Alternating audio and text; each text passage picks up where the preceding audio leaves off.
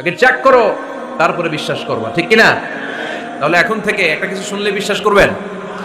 একজন এসে বলল, ভাইজান আপনার মেয়েরা দেখলাম আরেক ছেলের সাথে বাজারে ঘোরাফেরা করে, ওই রমনার বটমূলে দেখলাম আপনার মেয়ে আরেক ছেলেরে নিয়ে ফষ্টি নষ্টি করে, লোকের কথা বিশ্বাস করে বাসায় যে মেয়ের চুলের মধ্যে ধরে মাইর, আইজো মার কাইলো মাইর। এরকম হইতে পারে না? হয়তো ওই লোক আপনার মেয়ের মতো দেখতে আরেক মেয়েকে দেখছিল। এরকম হয় কিনা সমাজে? একজন এসে বললো, ভাই আপনি এখানে ভাবিরও তো দেখলাম ওই জায়গায় আরেক লোকের সাথে ঘোরাফেরা করতেছে, খবর রাখেন না বাসা? আপনি রেগে মেগে, ঘটনা কি? আমার খেয়ে আমার পরে আরেকজনের সাথে, যে এই বাড়িতে যে মায়ের কোনো কথা নেই।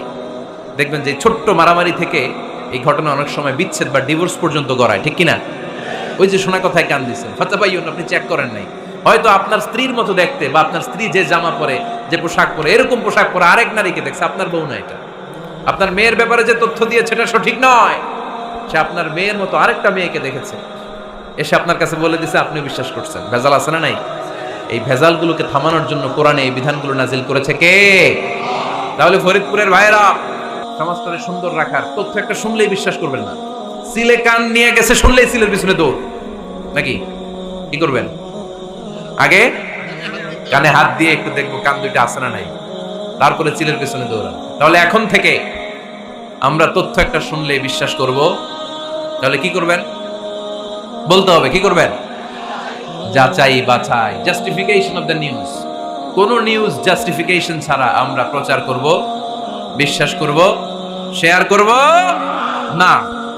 আল্লাহ বললেন, ইয়া আইয়ুহাল্লাযীনা আমানু লা ইয়াসখারু কওমুম মিন কওম। ওহে আমার ঈমানদার বান্দারা, শোনো শোনো, খবরদার কখনো কোনো মুমিন বান্দারে ঠাট্টা করো না, অবজ্ঞা করো না, ঠাট্টা করো না।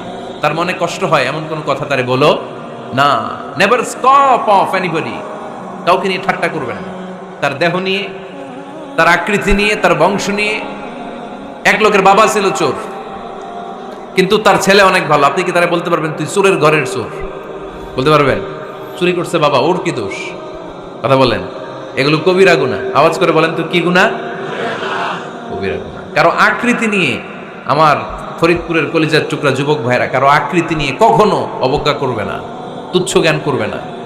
এটা কবিরা গুনাহ, এটা আল্লাহ খুব অপছন্দ করেন। এর কারণ আকৃতিটা আমাদের হাতে নাই। আমাদের কারো নাক লম্বা, কারো খাটো, আমরা কেউ কালো, কেউ সাদা, আমরা কেউ স্মার্ট, কেউ অন্যরকম। তো এই যে আমাদের এক এক ধরনের আকৃতি, এটা কি আমি বানাইছি? আপনি বানাইছেন? দিছে কে?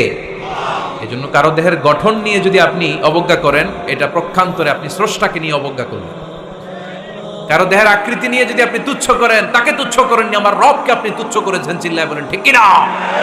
খবরদার, তুই কালু, তুই লম্বু, তুই মোটু, তুই কানা, তুই রোহিঙ্গা, আছে না নাই? ইদানিং ইদানিং এটা খুব চলে। এই রোহিঙ্গা নামটা আছে না? ফরিদপুরে এগুলো ঢুকে নাই না? আমাদের ওইদিকে দেখি কি অবস্থা, কারোর সাথে কেউ লাগলে তুই রোহিঙ্গা। কি আশ্চর্য, এই গালি কবে আসলো? হ্যাঁ, অনেক ধরনের গালি। ঢাকায় আরেকটা চলে ফৈন্নির ভূত, কি বলে? এই এগুলো আগে শুনি নাই আমরা, রিসেন্ট এগুলো বলা শুরু করছে, ফৈন্নির ভূত, রোহিঙ্গা। না, এগুলো বলে আপনি কাউকে অবজ্ঞা করতে পারবেন? পারবেন না। খবরদার, এটা কবিরা গুনাহ, এটা ছোট গুনাহ মনে করবেন না। কারণ আকৃতি নিয়ে তুচ্ছ করা যায় না, কারণ আকৃতি দান করেছে কে? হুয়াল্লাযী ইউসাউইরুকুম ফিল আরহামি কাইফা ইয়াশা, লা ইলাহা ইল্লা হুয়াল আজিজুল হাকীম। তিনি এমন সত্তা, যিনি তোমাদের চেহারার অবয়ব দিয়েছেন, তোমাদের আকৃতি দান করেছেন তখন যখন তোমরা মায়ের পেটের ভেতরে ছোট্ট জোকের মতো ছিলা। মায়ের পেটের ভেতরে আমরা যখন সবাই এত ছোট্ট, তখনই আমাদের চেহারার আকৃতি দিয়েছে কে? কে সুন্দর হব, কে ছেলে হব, কে মেয়ে হব, কে মোটা হব, কে চিকন হব, আমার ইচ্ছা হয়েছে? আওয়াজ করে বলতে হবে, কার ইচ্ছায়? প্রত্যেককে যদি আল্লাহ প্রত্যেকের নিজের চেহারা ডিজাইন করতে দিতেন, আল্লাহ যদি বলতেন তোমার চেহারাটা কেমন হবে তুমি ডিজাইন করো, তাহলে আপনি আপনারা কেমন বানাতেন? হ্যাঁ বলেন, ফরিদপুরের ভাইরা বলেন, সুন্দর করে বানাতেন তাই না? সবচাইতে স্মার্ট, সবচেয়ে সুন্দর করে আমি আমার চেহারাটা বানাতাম যদি আমাকে ডিজাইন করার সুযোগ দেওয়া হতো। কিন্তু এই সুযোগ তো আল্লাহ দেন নাই। ডিজাইন স্বয়ং করে দিয়েছেন কে? কোন নারীকে যদি আল্লাহ বলতে, এই নারীরা তোমাদের চেহারা কার কেমন লাগবে তোমরা বানাও, প্রত্যেক নারী কি করতো? বিশ্ব সুন্দরী করে নিজেকে বানাতেন। খুদ ধরার মতো কোনো জায়গা সে নিজের জন্য রাখতো না, ঠিক কিনা? কিন্তু এটা আল্লাহ দেন নাই, এই আকৃতিটা আমাদেরকে সরাসরি দান করেছেন কে? খবরদার, আমাদের অনেকে বিকলাঙ্গ, আমাদের অনেকের হাত ছোট, পা বড়, দেখতে মোটা, কেউ চিকন কেউ কালো। খবরদার, কারো আকৃতি নিয়ে কখনো কোনো অবজ্ঞার সুরে, ঠাট্টার সুরে কোনো কথা আমরা বলবো না। রাজি আছেন? সবাই রাজি আছেন? আল্লাহ রাসূল সাল্লাল্লাহু আলাইহি ওয়াসাল্লামের এক সাহাবী ছিল, নাম ইবনে মাসউদ রাদিয়াল্লাহু তাআলা আনহু। উনার পায়ের নলা ছিল খুব চিকন, অস্বাভাবিক চিকন, স্বাভাবিক না। তো উনিও এটা ঢেকে রাখতেন, দেখাতেন না কাউকে। একদিন উনি খেজুর পাড়ার জন্য খেজুর গাছে উঠলেন। খেজুর গাছে ওঠার পরে নিচ থেকে সাহাবারা পায়ের চিকন নলা দেখে ফেলছে। দেখে সবাই হাসি, সবাই হেসে কুটি কুটি। বিশ্বনবী বললেন, হেসো না, খবরদার, আমার ইবনে মাসউদের পায়ের চিকন নলা দেখে হেসো না। আমার ইবনে মাসউদের এই পায়ের চিকন নলা যদি মিজানের পাল্লায় উঠিয়ে দেয়া হয়, কিয়ামতের দিন উহুদ পাহাড়ের চেয়েও ভারী হয়ে যাবে। খবরদার, আমার ইবনে মাসউদকে আমার আল্লাহ অনেক পছন্দ করে, তার পা চিকন দেখে তাকে তুচ্ছ করো না। আল্লাহর হাবিব সাল্লাল্লাহু আলাইহি ওয়াসাল্লামের 11 জন স্ত্রীর মধ্য থেকে একজন স্ত্রী ছিলেন একজন স্থূল আকৃতির, অবিসিটি ছিল, একটু মোটা। ওনার নাম ছিল সাফিয়া রাদিয়াল্লাহু তাআলা আনহা। তা আম্মা জান আয়েশার সাথে একবার সাফিয়ার ঝগড়া। নবীদের বউদের মাঝে মাঝে মাঝে ঝগড়া হতো, তবে সেটা হতো মধুর ঝগড়া। সুবহানাল্লাহ পড়েন। আম্মা জান আয়েশা রাদিয়াল্লাহু তাআলা আনহার বাসায় একদিন বিশ্বনবী বসা ছিলেন, আর একজন স্ত্রী, বিশ্বনবীর আরেকজন স্ত্রী রান্না করে কিছু খাবার আম্মা জান আয়েশার ঘরে পাঠিয়েছেন। এক দাসী দিয়ে বলল, যাও এটা আয়েশার ঘরে দিয়ে আসো, কারণ নবী আয়েশার ঘরে। আম্মা জান আয়েশা রাদিয়াল্লাহু তাআলা আনহা বললেন, এগুলো কি? ওই দাসী বলে, তরকারি। কে দিছে? অমুক স্ত্রী। কেন দিয়েছে? আমি কি রান্না করতে পারি না? তোমরা রান্না তোমরা খাও। এই কথা বলে পাতিল সহ উড়ায় মারছে চেহারার মধ্যে। এর কারণ ওনারা মানুষ ছিলেন, মানবীয় ব্যাপারগুলো ওনাদের মধ্যেও কাজ করত। আবার এক স্ত্রী ঝোল দিয়ে রান্না করে কিছু খাবার নিয়ে এসেছে। আম্মা জান আয়েশা রেগে মেগে ওই ঝোল নিয়ে ওই স্ত্রীর গালের মধ্যে মেখে দিয়েছেন। বিশ্বনবীর আরেক বউয়ের গালের মধ্যে ওই ঝোল লাগাই দিচ্ছে। এবার ওই স্ত্রী বিশ্বনবীর কাছে যেয়ে বলে, ইয়া রাসূলুল্লাহ, দেখেন আয়েশারে আপনি বেশি আদর করেন তো, দেখেন কি করে আমাদের সাথে। এই যে আমাদের গালের মধ্যে ঝোল মাখাই একবার মেকআপ বানাই দিচ্ছে। বিষ্ণু ইসলাম বললেন, তাই আয়েশাকে ডাকো। আম্মা জান আয়েশা রাদিয়াল্লাহু তাআলা আনহা আসলেন। আল্লাহ রাসূল সাল্লাল্লাহু আলাইহি ওয়াসাল্লাম বললেন, তুমি কি আমার এই স্ত্রীর সাথে এমন আচরণ করেছো? আম্মা জান আয়েশা বললেন, করেছি। কেন? আম্মা জান আয়েশা বললেন, তখন মেজাজটা গরম ছিল, এখন বুঝতে পারতেছে আসলে এই কাজটা করা ঠিক হয় নাই। এবার বিশ্বনবী বিচার করবেন। বিশ্বনবী বললেন, আল কিসাস, যেমন করা হয়েছে বিচার হবে তেমন। তোমার গালে যেমনি ঝোল লাগাই দিয়েছে, তুমি একটু ঝোল নিয়ে আয়েশার গালে লাগাই দাও। সুবহানাল্লাহ পড়বেন না? ওই স্ত্রীও কিছু ঝোল নিয়ে আম্মা জান আয়েশার গালে লাগাই দিল। এখন দুজনে হাসতেছে, বিশ্বনবীও হাসলেন, আরশের উপর থেকে খুশি হয়ে গেলেন। কে? তো স্ত্রীদের মধ্যে মাঝে মাঝে এটা ঘটতো। সাফিয়া রাদিয়াল্লাহু তাআলা আনহা ছিলেন একটু মোটা।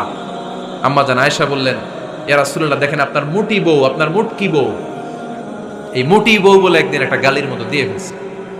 আল্লাহ রাসূল সাল্লাল্লাহু আলাইহি ওয়াসাল্লাম রেগে গেলেন, বললেন, আয়েশা এটা কেমন কথা তুমি বললা মুটি? আমার সাফিয়ারে তুমি মুটি বলে গালি দিলা রে আয়েশা।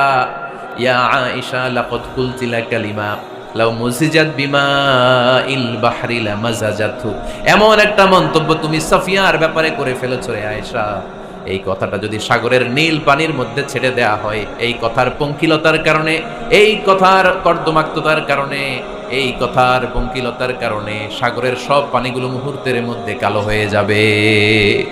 এই কথাটা সাগরে ফেলে দিলে সাগরের নীল পানি পুরোটা কালো হয়ে যাবে। আয়েশা, খবরদার, কাউকে তুচ্ছ করে, অবজ্ঞা করে কখনো কিছু বলা যাবে না। এই জিহ্বাটা এটা ভয়ঙ্কর একটা অঙ্গ। বেশিরভাগ পাপ এই জিহ্বা দিয়ে হয়। কি দিয়ে হয়? এজন্য সাহাবারা জিহ্বা ধরে মাঝে মাঝে জিহ্বার মধ্যে ব্যাট মারতেন আর বলতেন, জিহ্বা তোর জন্য আমি আটকে যাব কিয়ামতের দিন। আমলিক আলাইকা লিসানাক, নিজের জিহ্বার মালিক নিজে হন, আপনার জিহ্বার মালিক যেন শয়তান না হয়ে যায়। জিহ্বা আপনার, শয়তানের ভাষায় আপনি কথা বলেন কেন? খবরদার, প্রতিটা কমেন্ট, প্রতিটা কথা, প্রতিটা মন্তব্য, এগুলোর ব্যাপারে কিয়ামতের দিন পাই টু পাই করে আপনার কাছে আল্লাহর সুপ্রিম কোর্টের কাঠগড়ায় দাঁড় করিয়ে আপনারা জিজ্ঞেস করবে, কে? এজন্য বিশ্বনবী বলছেন, মাইয়াদমানলি মা বাইনা লিহিয়াইহি ওয়া মা বাইনা রিজলাইহি আদমান লাহুল জান্নাহ, আমার কোন উম্মত যদি দুইটা অঙ্গের গ্যারান্টি আমারে দেয়, আমি আমার উম্মতকে জান্নাতের গ্যারান্টি দেব। দুইটা অঙ্গের, একটা হলো জিহ্বা আর একটা লজ্জাস্থান। দুই চোয়ালের মাঝে যা থাকে লিজ্জা, জিহ্বা, আর দুই পায়ের মাঝখানে যা থাকে লজ্জাস্থান, এই দুইটা অঙ্গের গ্যারান্টি যদি বিশ্বনবীকে আপনি দেন, যে নবী জিহ্বা আর লজ্জাস্থান এই দুইটা অঙ্গের কোনো পাপ আমি করব না, নবী বলে, আমি দুনিয়ায় তোমার জান্নাতের গ্যারান্টি দিলাম। এজন্য জিহ্বাটারে সামলান, যা মনে চায় বললেন। খবর আছে না নাই? খবর আছে। মা ইয়ালফিযু মিন কাউলিন ইল্লা লাদাইহি রাকীবুন আতীদ। যা মুখ দিয়ে বের হয় লিখে রাখার জন্য দুইজন ফেরেশতা রেডি করে রেখেছে কে? চিল্লায় বলেন। যতদিন আমরা বেঁচে থাকবো ততদিন থাকবে আমাদের কাঁধে। আমরা মরে যাবো, এই ফেরেশতারা উড়াল দিবে, ঠিক কি না? দুই কান্দে জি ছিল যে তোমার দুইজনা পাহারা, তোমারে একলা থইয়া পালাইছে তাহারা। তোমার আটকুঠুরি নয় দরজা বন্ধ, এবার হলো রে হলো, মুখে আল্লাহ রসুল সবে বলো, ও মুখে আল্লাহ রসুল সবে বলো। দুয়ারে আইসাছে পালকি নাই হরি গাও তোলো রে তোলো, মুখে আল্লাহ রসুল সবে বলো, ঠিক না? এজন্য সাবধান।